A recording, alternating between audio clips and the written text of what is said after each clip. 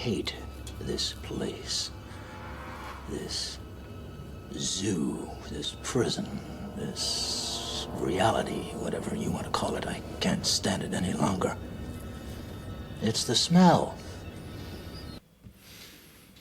The 2024 Monaco Grand Prix summed up in 20 seconds.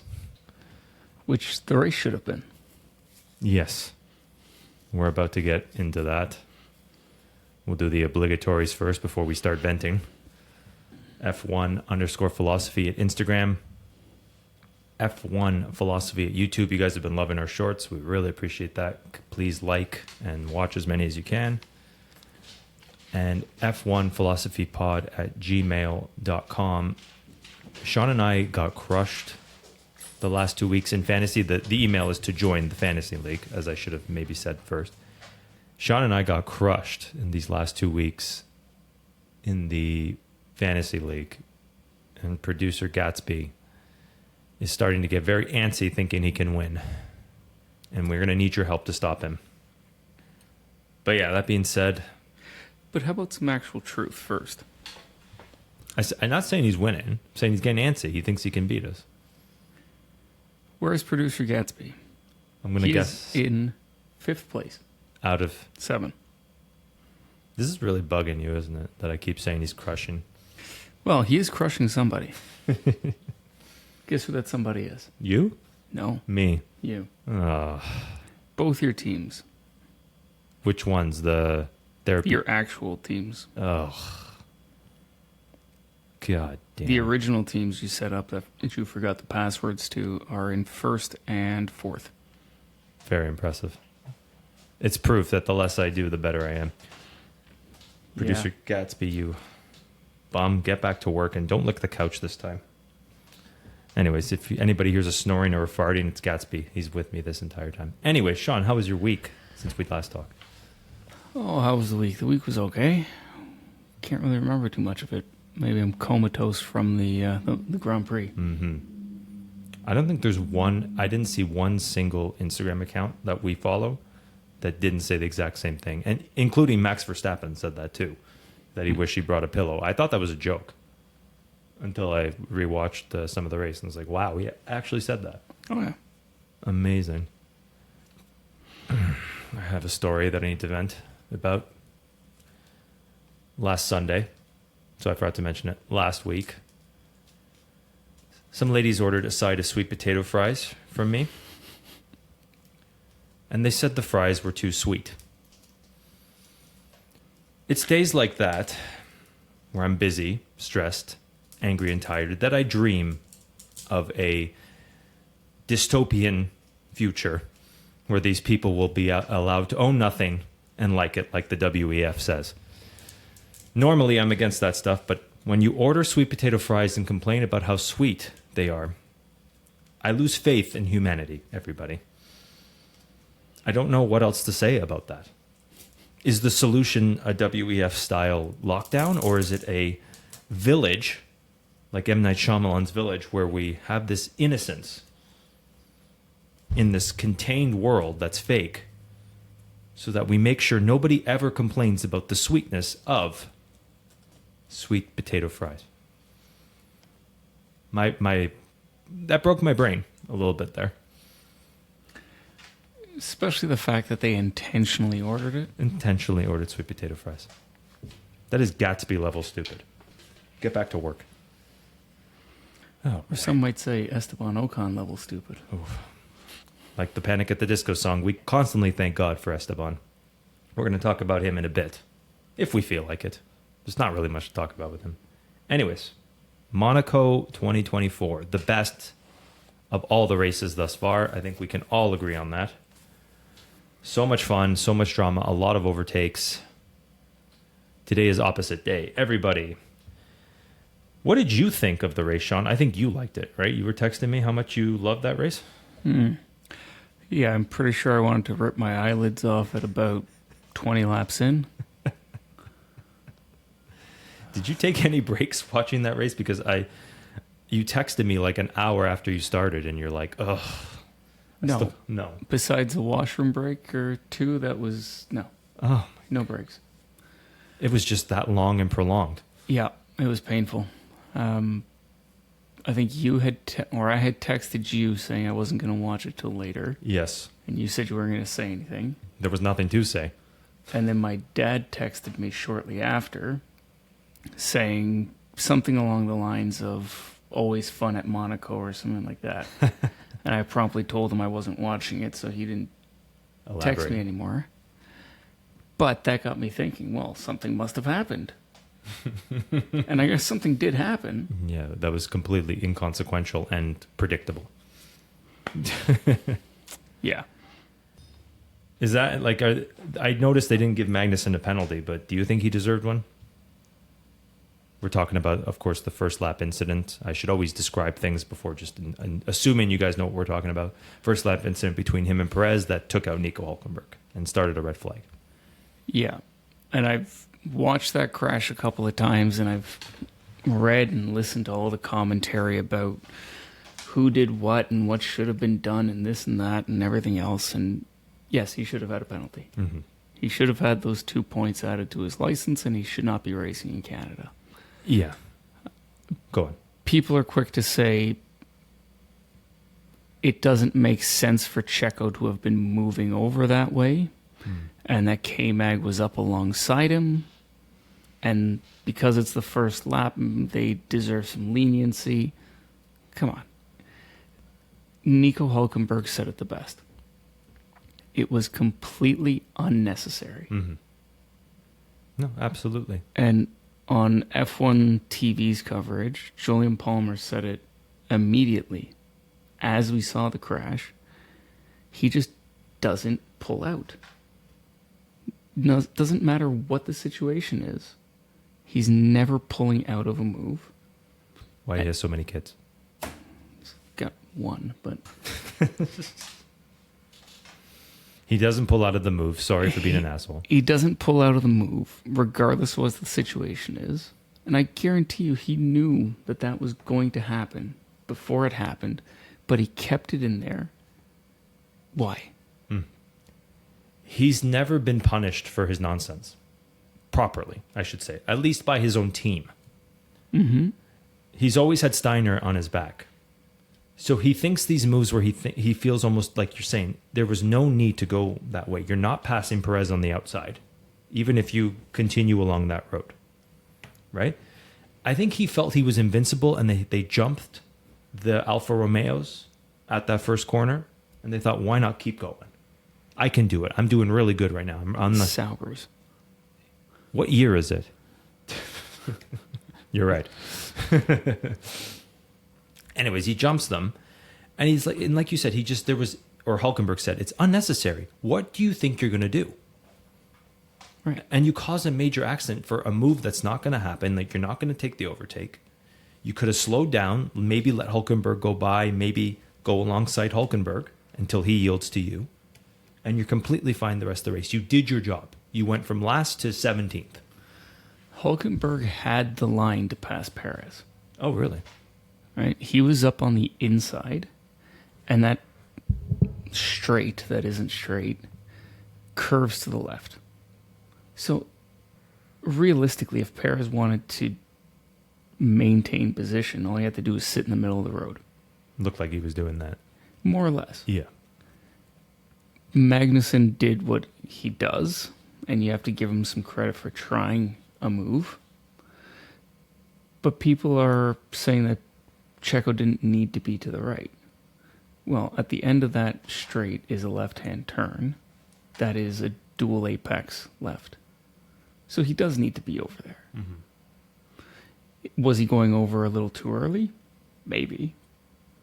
But he's under pressure, and he's already way further back than he should be, so he doesn't want to give it up. Mm-hmm. And K-Mag wasn't past the center line of the car, which historically has been the line. The stewards have, it's not a rule, but the stewards have been pretty clear in saying that if the person is up past the center of the car, he's entitled to some space. Yeah, but he was nowhere near that. Nowhere near that. He had a front wheel in front of the rear wheel.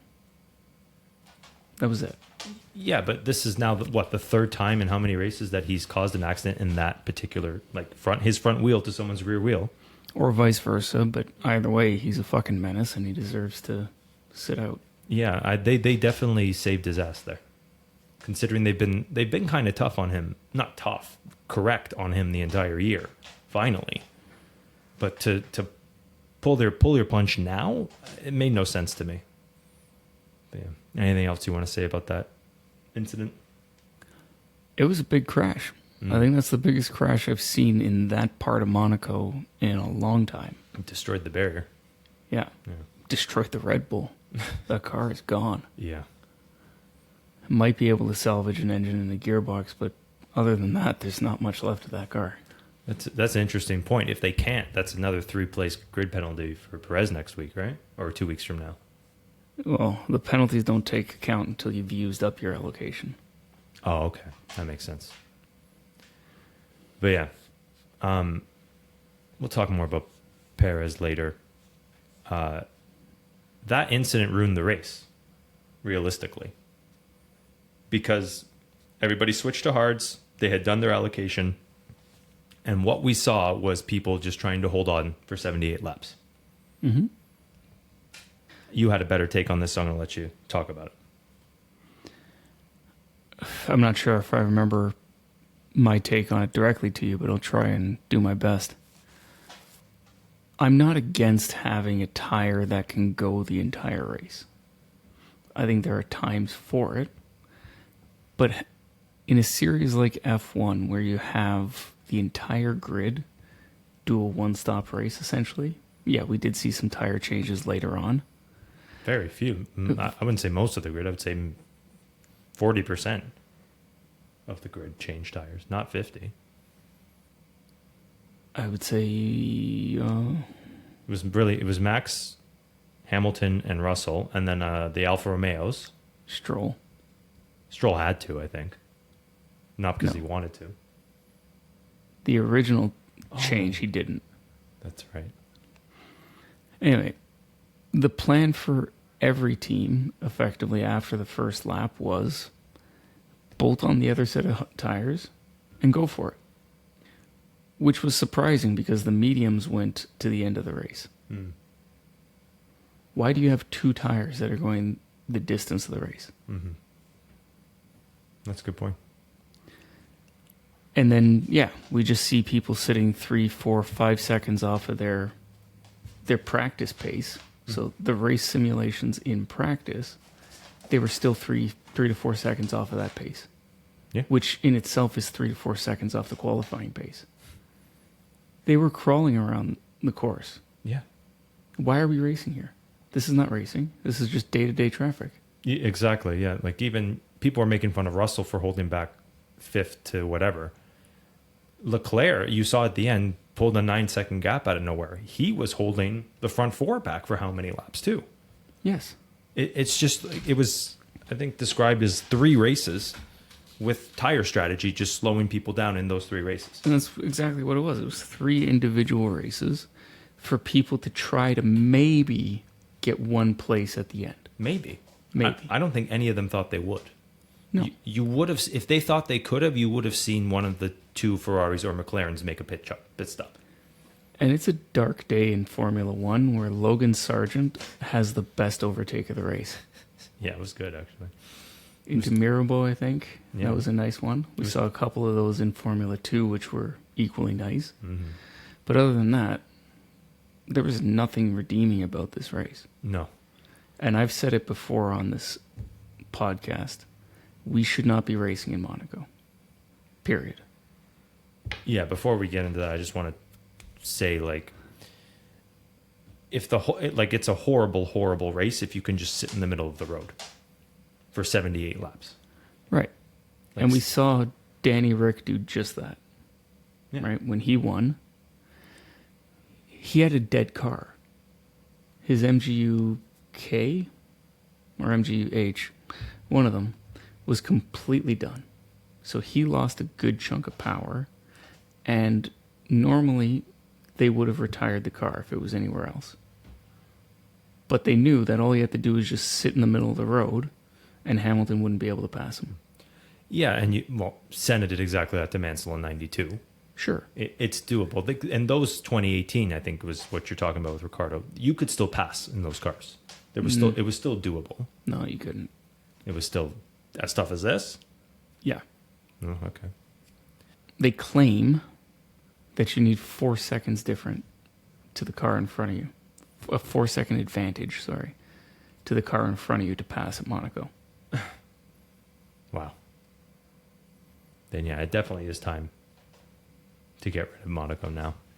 As much as I've been stubborn about this because I blame the FIA and F1 before I blame Monaco. But if this is what you want now, if this is what you want the cars to be, then yeah, we have to consider its position in the calendar, because this, no inclement weather, no strategy because of the lap 1 incident, and it was the worst race I think anybody's ever seen. But if you need inclement weather to generate spectacle, it's still an irrelevant track. Well, inclement weather does always bring spectacle, but if that's the highlight of the Monaco Grand Prix, that it rained, holy fuck. That's right, because, I would say Spa always has inclement weather, and it's always exciting. But it's still a good track, I think, is what you're trying to say. Yes. Yeah. So maybe it's time to revisit what we talked about one of our first 2 or 3 episodes, about potentially taking this off of the 24 race calendar, but keeping it as its own championship. No, not as its own championship. Keep it as a separate non-championship event that's optional to enter. Okay. I think what we talked about is you get the Monaco Trophy still. It's still one of a Grand Slam, how tennis has 4 events that just are its own separate events. Monaco can be one of those. And that's exactly it. You'll hear commentators refer to non-championship rounds. There were a couple of years where Formula One raced at Indy. In the Indy 500, not Indianapolis. Oh. Those are non-championship events. I think that's one of the ones that Mario Andretti won. In a Formula One car at the Indy 500. Those are non-championship events. They didn't count towards the championship points for F1. There are a number of races that were on the calendar, but were not championship races. Right? And this is in the days where you didn't have a fixed number of teams on the grid. You didn't have anything. Basically, if you had enough money in a car you thought was competitive enough, you could enter whatever races you want. So it wasn't uncommon to have 30-something teams compete in F1 in a year, but you didn't have 30 teams on the grid every race. No. Right? So if you want to do that, if you still want to be at Monaco and you still want to go there, fine. But make it a non-championship event. Don't make everybody drag everything out there, because in cost cap era, everything is money. And look at Haas. Mm-hmm. Haas just lost probably $30 million. Yeah. Well, what's his name always says they spend $10 million to the budget cap, and I assume he put that for accidents like this. I mean, the 2 Haas cars weren't too bad, so the $30 million is probably a bit high. But Red Bull, that car is a write-off. That's $30 million. Well, 15 to 20. Okay. Yeah. Plus labor, I guess you could say. Not much, yeah. So. Yeah. And if that's what makes Monaco interesting, the fact that somebody's going to crash, in a cost cap era, it's not really worth racing there. So, if somebody wants to race there, that's fine. It still counts towards the cost cap. They don't get points to the championship, but they get the prestige of being in Monaco and racing in Monaco.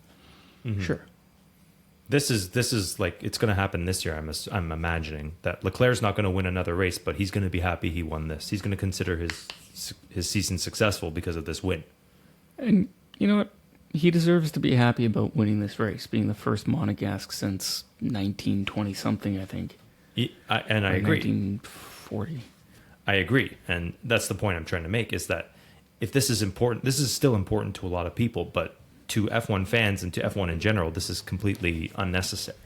Yes. So you can still have this solo event, and it can still mean a lot to some people.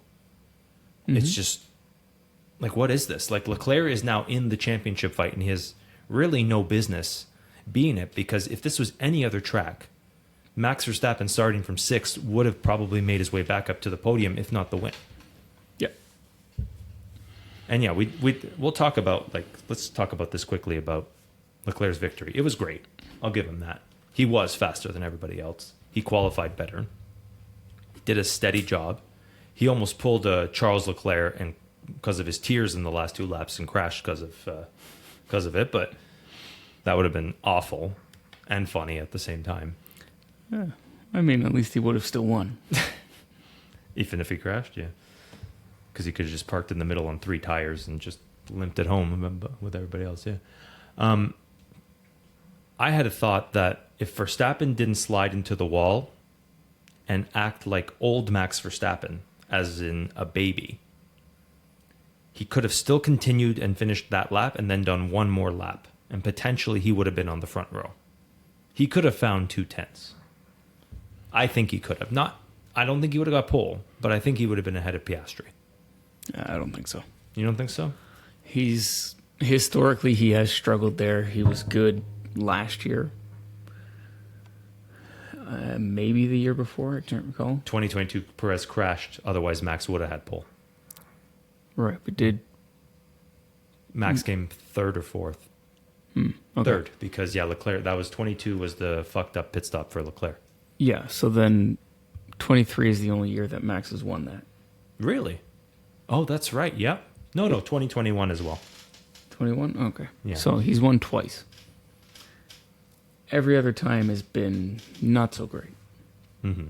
He has historically hasn't been good there. He's written off a lot of cars there. It's not a track for him. And in a car that is, say, temperamental when it comes to bumpy circuits, he was never going to do well. No, the comparison was Singapore.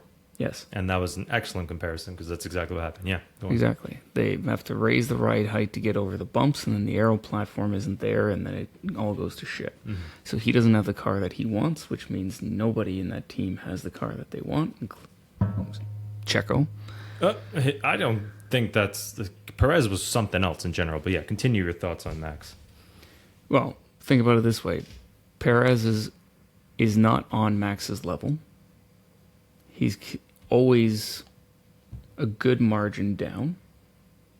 So what we saw out of them, I'd say, was on par given the shift that the car had taken. For Max to go from a comfortable pole to 6th place,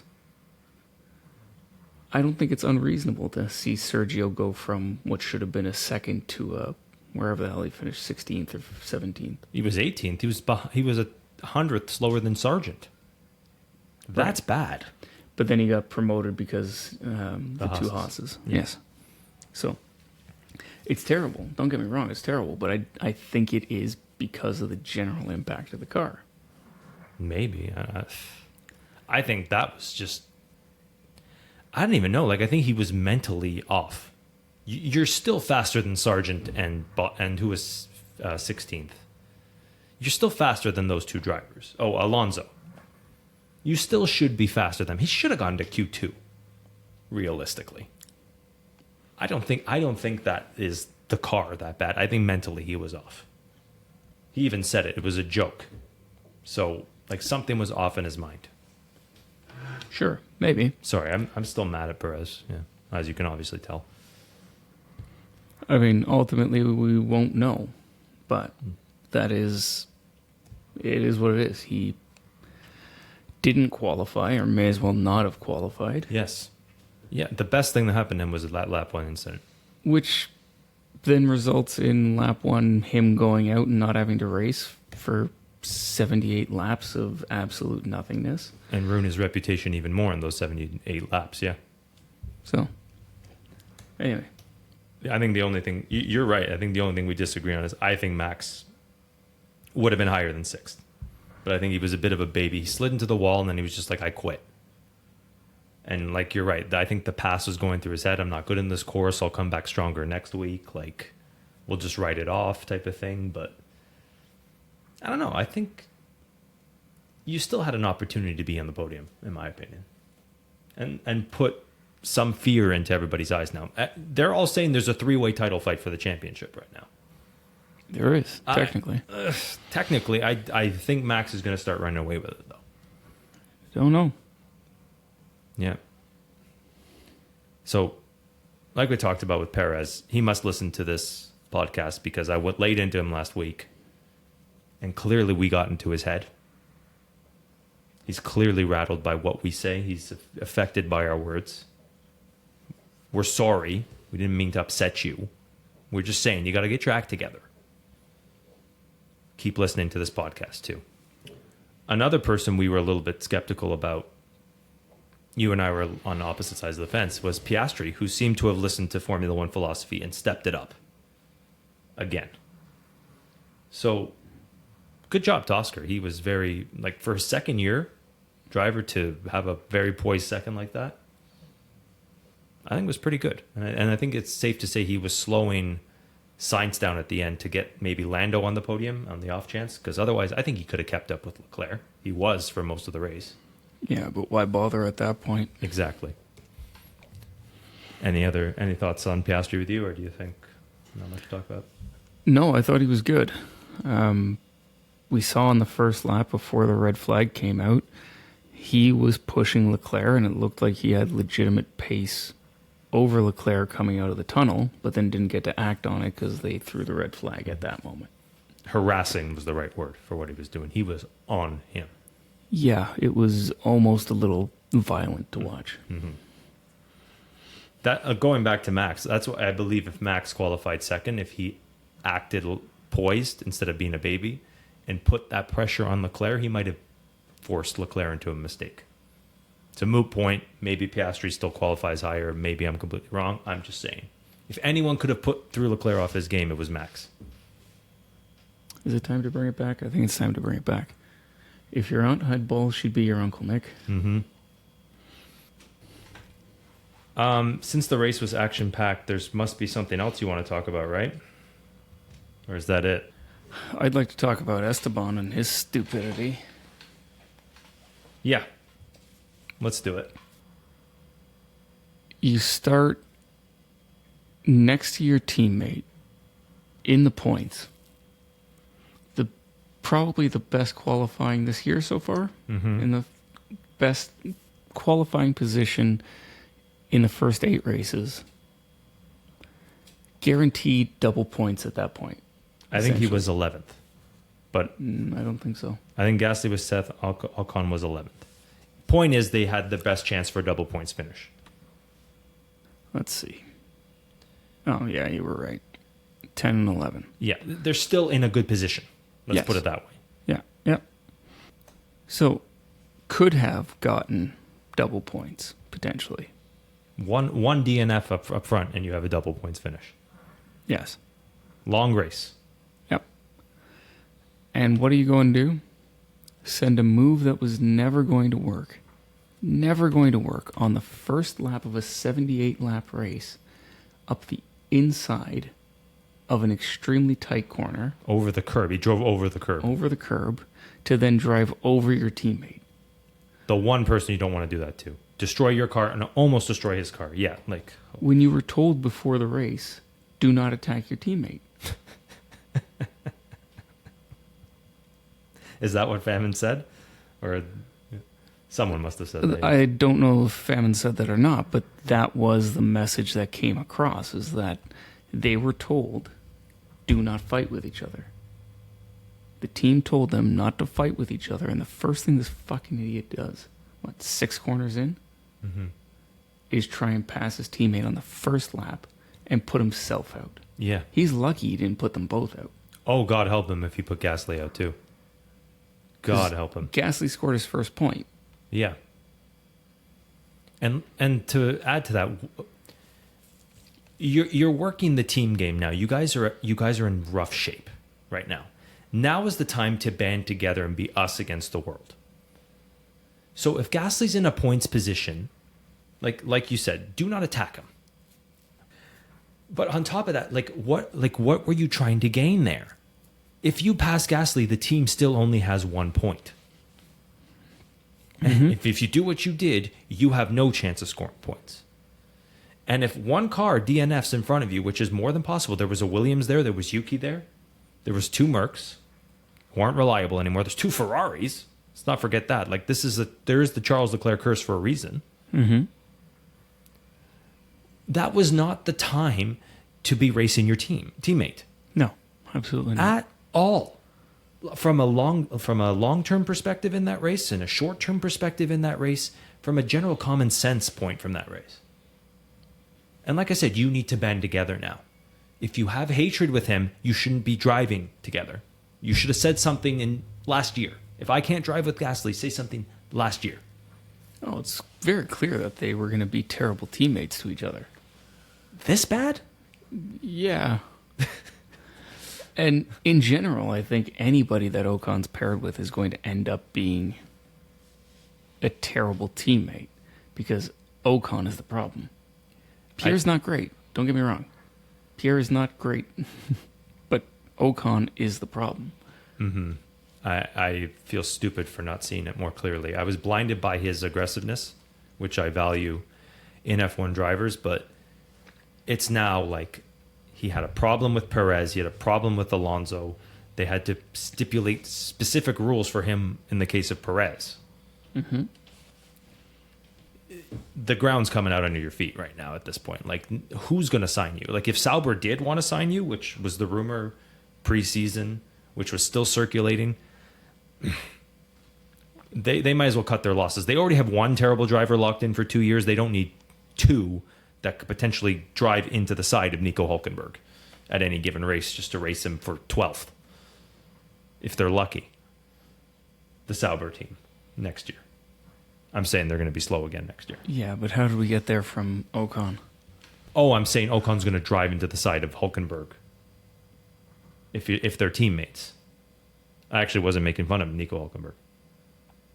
Oh, you're implying that Ocon might get the Audi seat. If he was, they're not going to give it to him, is what I'm saying. Now they shouldn't. I think if anybody at Audi even thought about talking to Ocon, they should be fired.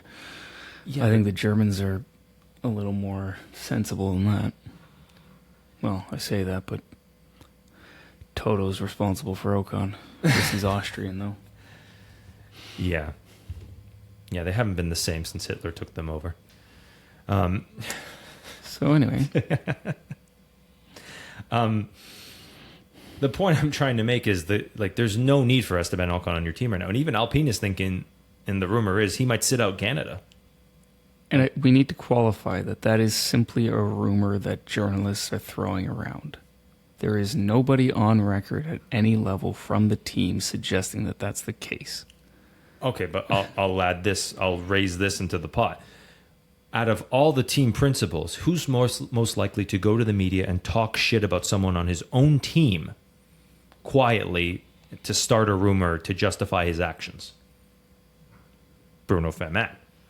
I don't know how you know that because we barely know anything about the guy. Well, we do know that before Otmar Safnauer was fired, he was talking a lot of shit about him to Drive to Survive, which was later after Safnauer was fired, posted.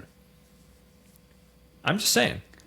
Yeah, you have to be careful with how you interpret Drive to Survive because that could have all been recorded post sacking. Yeah, you're right. We don't know, but like for sure. But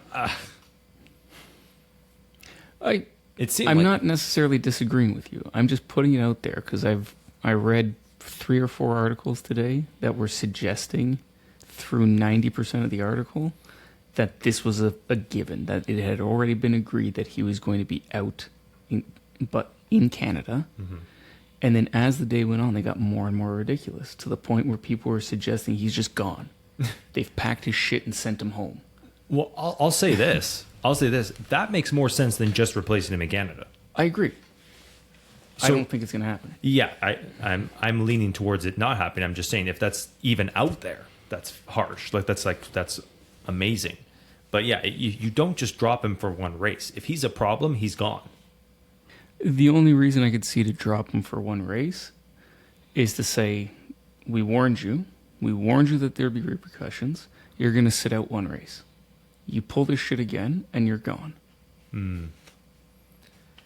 But then, Because there are contracts in place, and we don't know what they are, obviously, but being able to get rid of him 8 races into the season permanently is going to cost Alpine a lot of money, I'm sure. that they already don't have. What a mess. What a mess for a team that would just had championship aspirations. We saw it coming.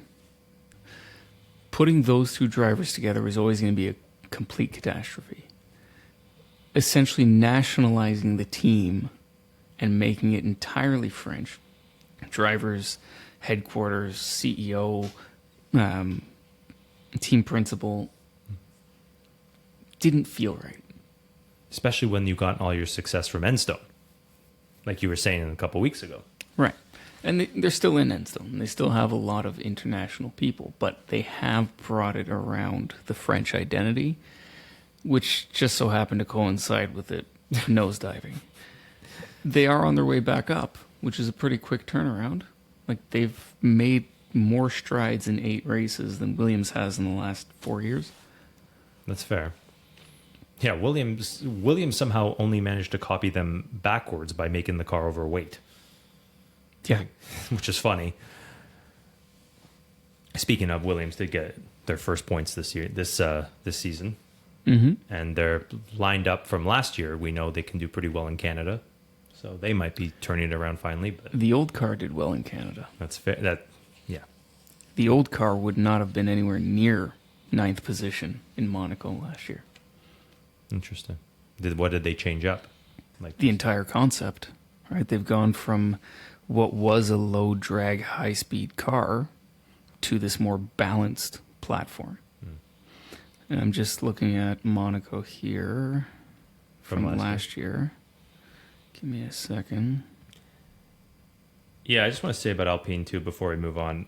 I had my predictions right about potentially them being in the double points position till Ocon fucked that up. But my logic was a slow car would do well around Monaco, or a slower car.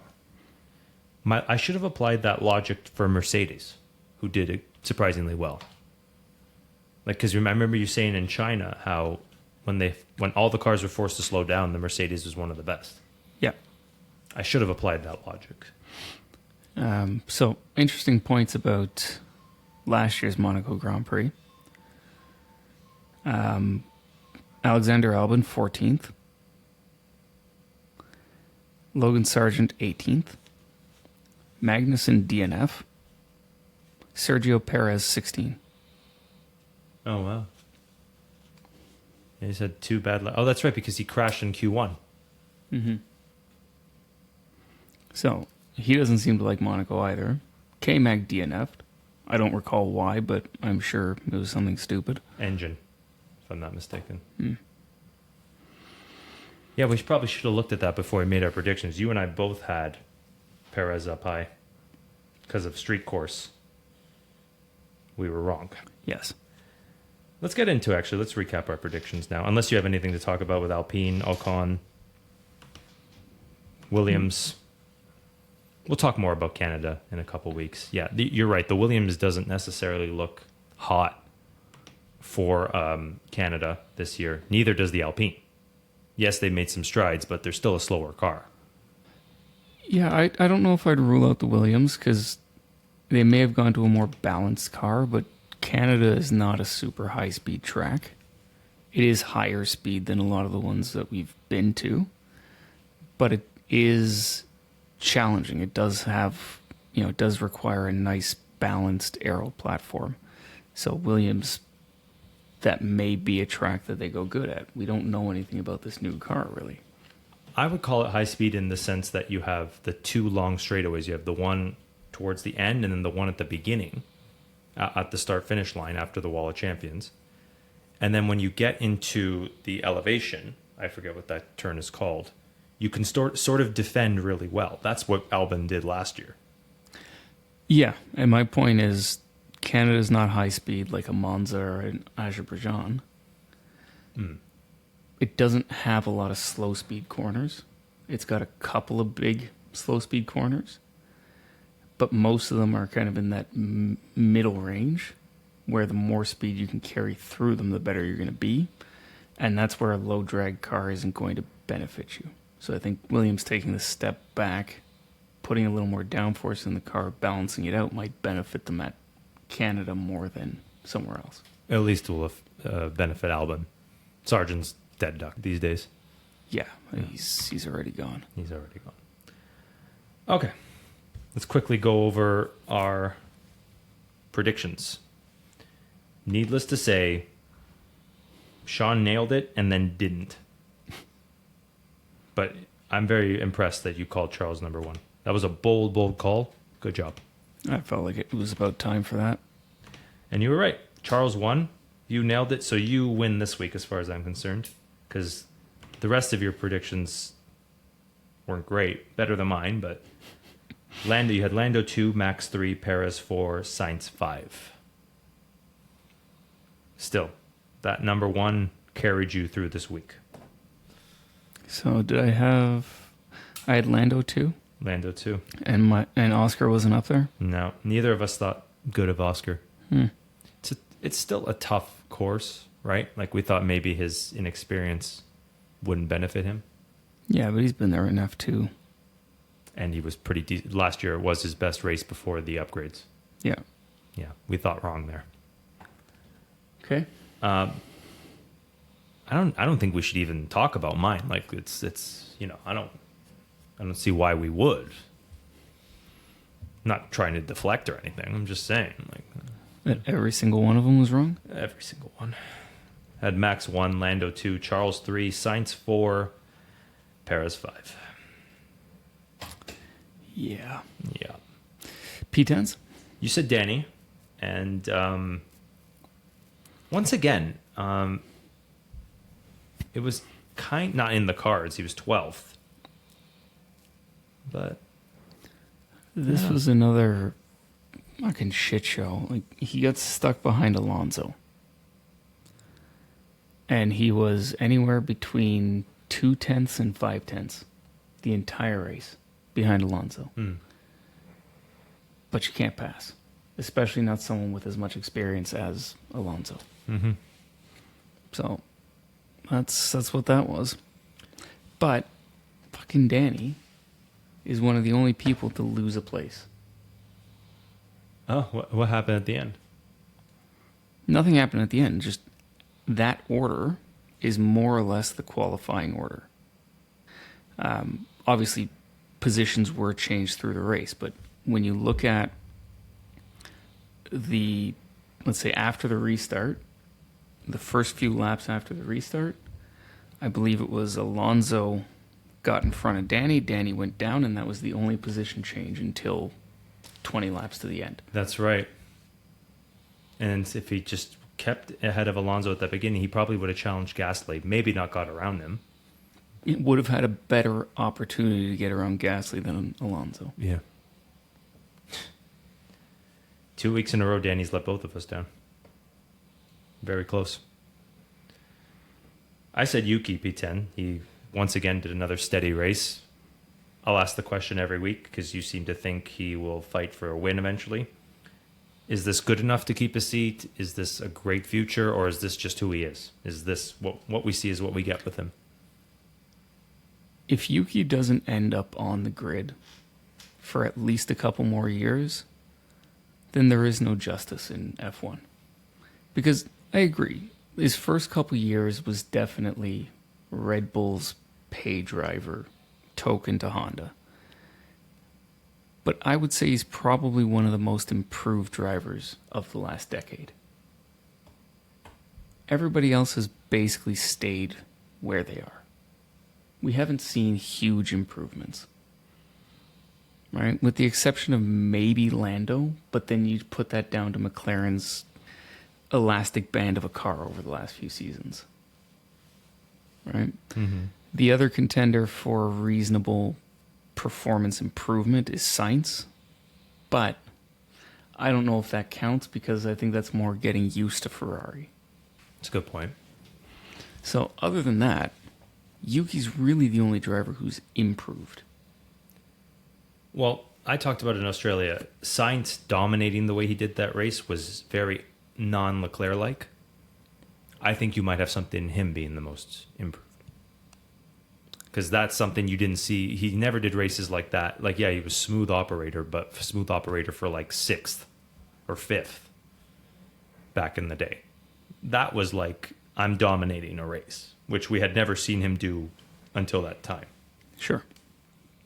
But the point is, Yuki has scored all but 1 point. 4. I think, Danny or have 4 or four? 5 in the sprint race. Oh, yeah. Okay. So he's got the majority of points for that team, and it's pretty much an accepted norm that he's going to be in the latter half of the points. When we're talking about a guy who was at best 10th place for the last few years, like, he's shown a steady increase. And I get it that Red Bull doesn't necessarily like or want him. But he's the reason this team is not pinned to the bottom at the moment. So how can you say he doesn't belong there? I'm not saying he doesn't belong there. And that's not a question. That's not pointed at you. That's just in general. How can anybody say Yuki doesn't belong there? I think he only belongs there. I mean, at this point, I think your best bet for a proper driver lineup, if there's any justice in F1, is Max and Yuki and Liam and Danny. Like I said, I still think it's the Danny Kvyat situation. I don't think he'll be anything special in a Red Bull. And if he isn't, then that's it. Then you can switch Danny mid-season. Or Liam and whoever. Danny. Yeah. Right? Or put Perez in Yuki's seat and Yuki in Perez's, and then if it doesn't work, swap them back. This year, I would agree with that. If they do it this year. Give Yuki a chance. But otherwise, I feel like he's turning into... I don't want to say Nico Hülkenberg, so who else is a steady point getter? Fine. He's Nico Hülkenberg. He's turning into him. And that's not necessarily a bad thing. I'm just saying I think if that's it, just keep him here. Or Austin Martin if they want a Japanese driver for Honda engines. Yeah, but there's clearly no spot at Austin Martin. But this is just it. Like, everybody's talking about who's going where, right? And there are some rumors about Yuki going to Haas. I don't know that that's where he belongs. I don't know that Haas is the environment to deal with Yuki. Because he's improved, but he's still as fiery as he was. And that's a tougher car to drive that's going to drive him nuts. Yes. So I don't know that that's the right step. Haas is where dreams go to die. Yeah. Williams, maybe. But he's got so much support from Honda that it's going to be hard to put him anywhere that's not a Honda team. That's why I think he stays here. I just asked the question. Like, I don't see much improvement in the future. I could be proven wrong. I don't think he steps into that Red Bull and does a better job than Perez. After his second season, everybody thought he was done partway through. They thought this was going to be another get rid of him partway through. He's wrecking too many cars, not scoring points. You know, he was being outperformed by Gasly. Big time, yeah. And look at him. I argued he should have been gotten rid of after last year. I know his last flurry towards the end saved his job. But like that first half of the season was the time to get rid of him last year. And I'm glad they didn't, because V-Carb would be at the bottom. They wouldn't be on the bottom because they would have the 4 points or whatever it is from Danny. And probably a few from whoever replaced him, but not as many as Yuki got. Yuki's definitely matured, but I'm just asking, like, if this is it, then just keep him here for the rest of his career until he falls off. With the way careers are going these days, he has every opportunity to keep getting better. He's still a young guy. Yeah, and teams. I forgot to bring this up in our recap of Monaco. Teams are acting scared these days. They'd rather have experience than take a chance. Mm-hmm. You saw that too with the tire strategies. They're like, let's not rock the boat. Let's not do anything. Let's just keep it the way it is. They would rather have a scary, fearful mindset and have a terrible race than take a chance. So yeah, he will have a long career simply because he has the experience and the maturity. I'm just saying it's 8th to 10th after a while. Might as well give somebody else a chance, see if they can do better. When your other driver, who's an 8-time Grand Prix winner, is not making 10th, period. That's another story. That's another story, yeah. And I agree with you. I'm not saying because Danny's so bad, it's probably saving Yuki's job. Realistically, that may be a case to get rid of both. If you see through it, but yeah. Red Bull has enough talent waiting that they could. Yeah. Like, this is what, it doesn't get advertised or doesn't get mentioned at all, really. But they have Liam Lawson, who obviously does get mentioned all the time. Fucking enough. It was like 5 times they cut from Danny to in the broadcast. It was nonsense. Yeah. But they also have Ayumu Iwasa, who's racing Super Formula. He's doing pretty decent, if I'm not mistaken, right? He's doing okay. He's not doing as good as Liam did, but Liam did seem to be a true standout talent. He's doing better than Pourchaire. Pourchaire is not racing Formula or Super Formula anymore. I agree. He had to give up and go to Indy, and they're bragging about his 12th places in Indy. It's really pissing me off. It's better than he did in Super Formula. You're right, yeah. Which, interesting stat, Super Formula is the second fastest open wheel racing available. To Formula One. Yes. So I thought you were going to shock me and say like NASCAR. No. I know. No. But that just goes to show you that potentially F2 is the wrong ladder. Yeah. You and I talked about it already. There's an easy solution. Make it a non-spec series.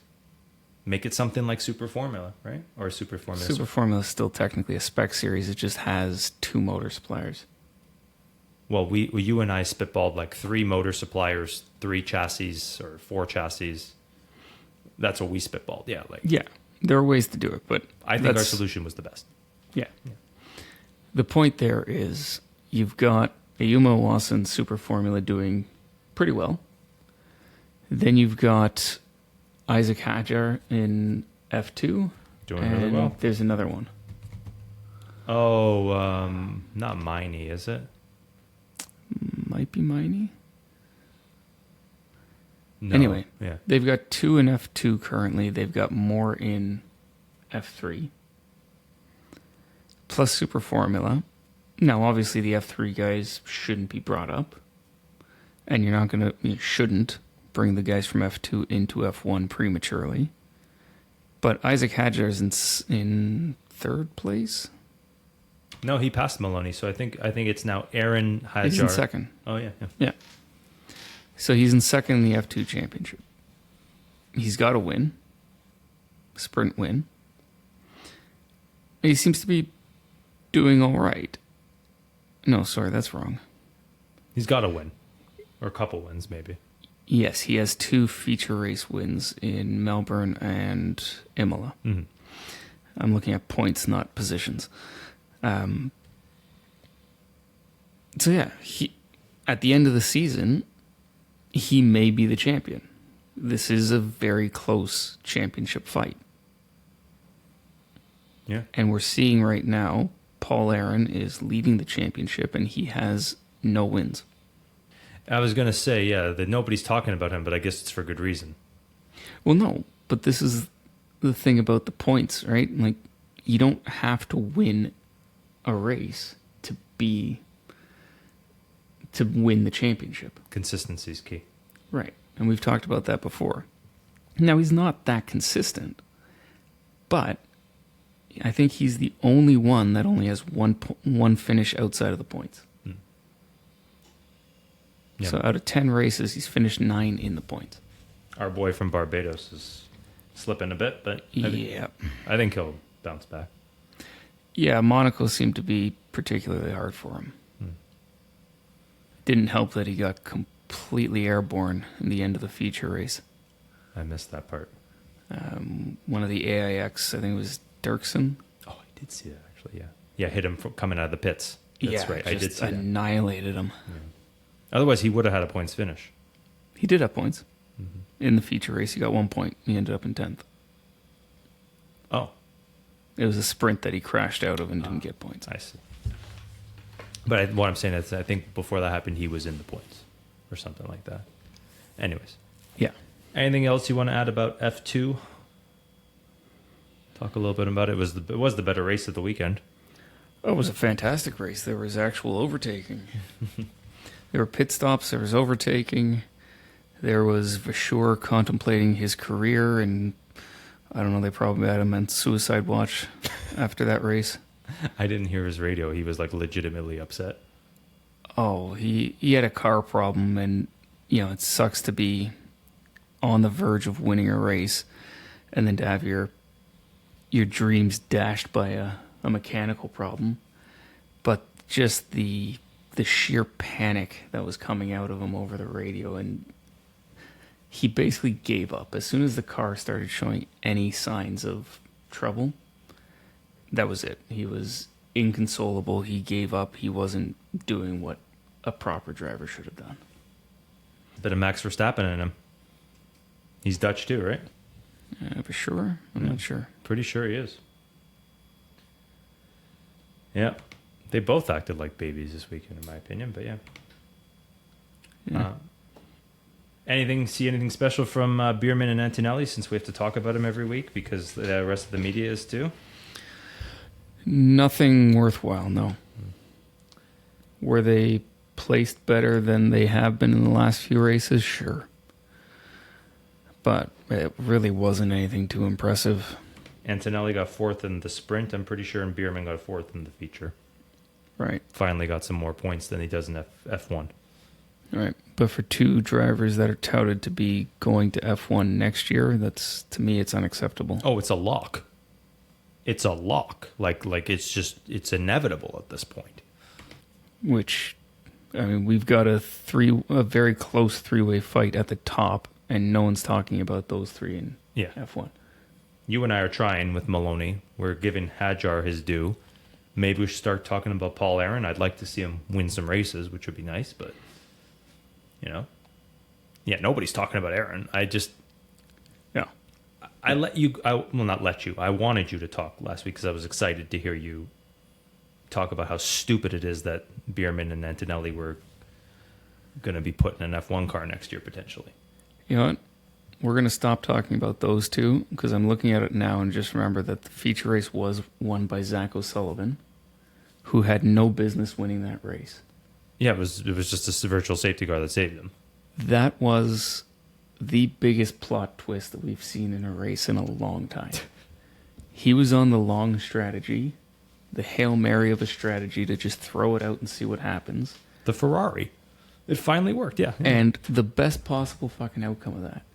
He pits on the last lap that he can because he has no other choice. And as soon as he enters the pits, they throw the VSC.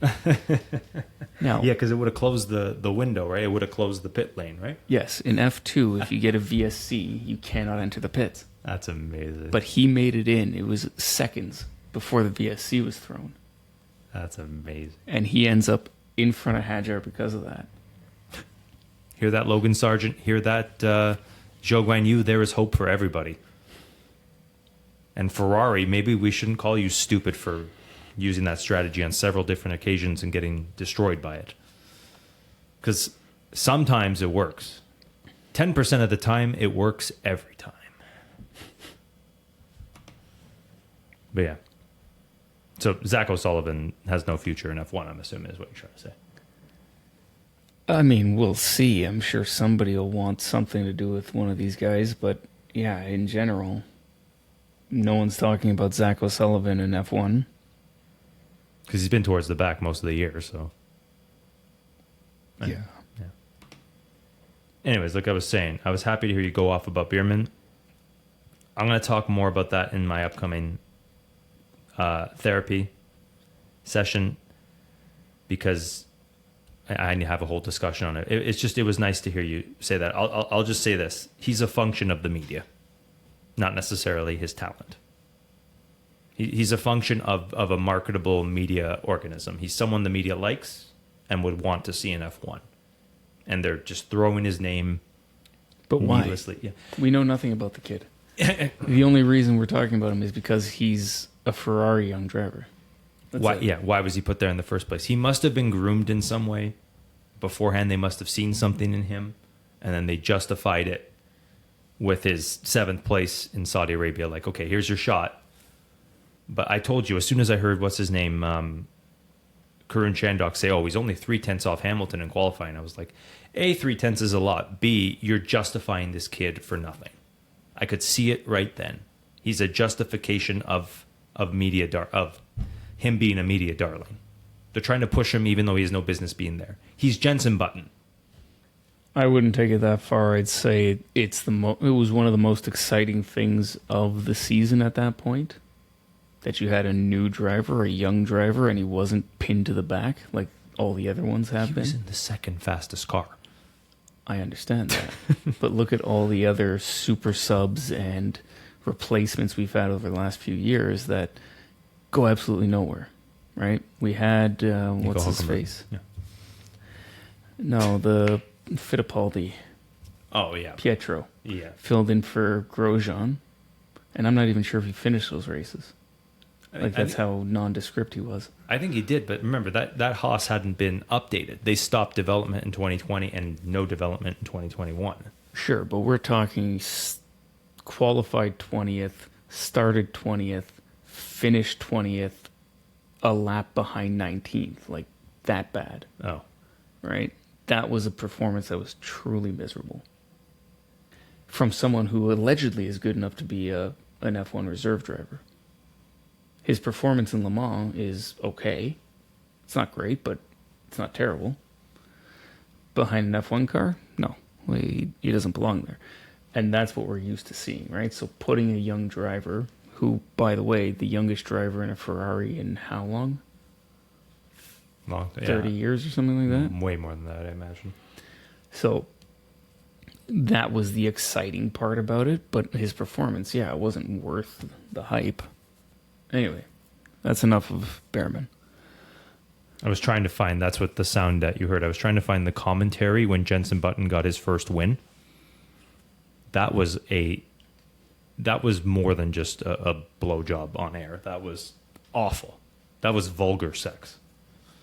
I'm going to play it in one of the therapies. I'm just saying, I see Behrman being that Jensen Button.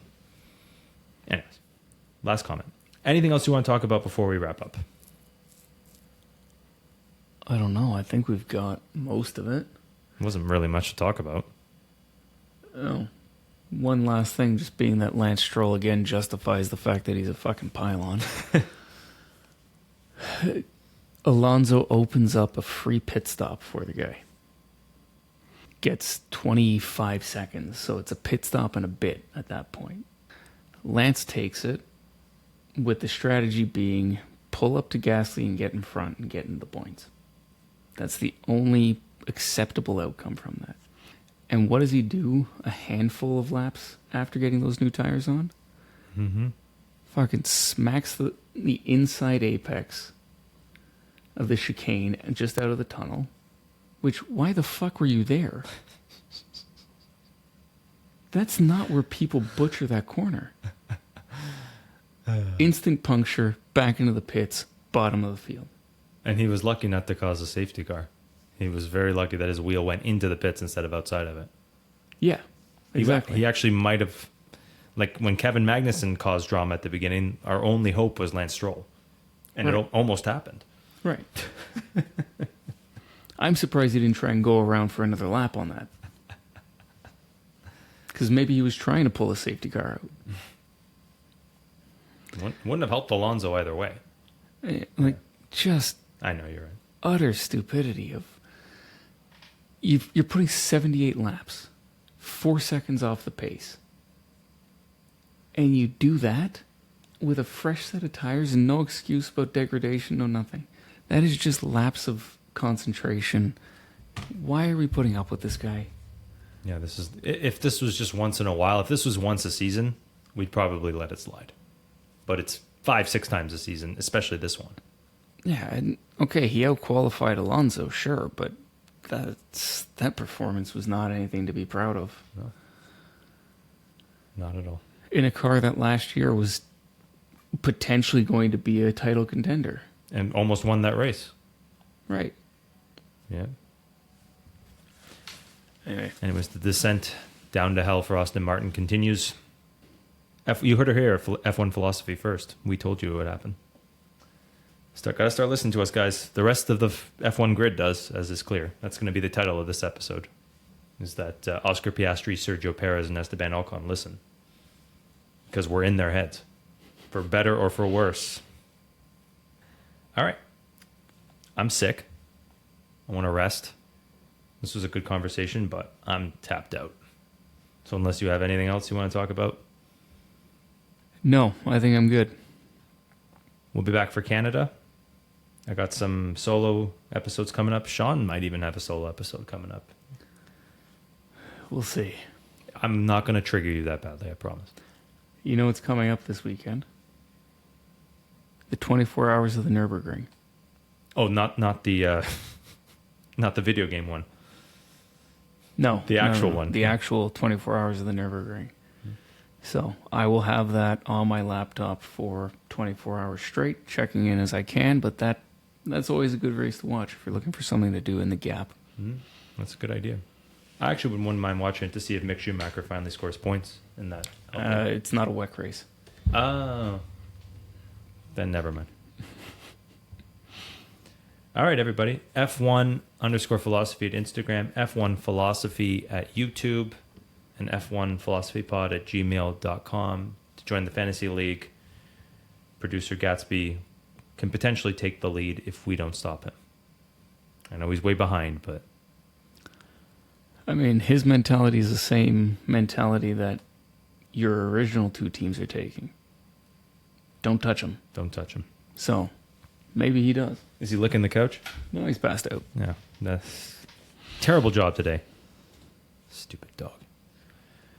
All right. Good night, everybody. Good night.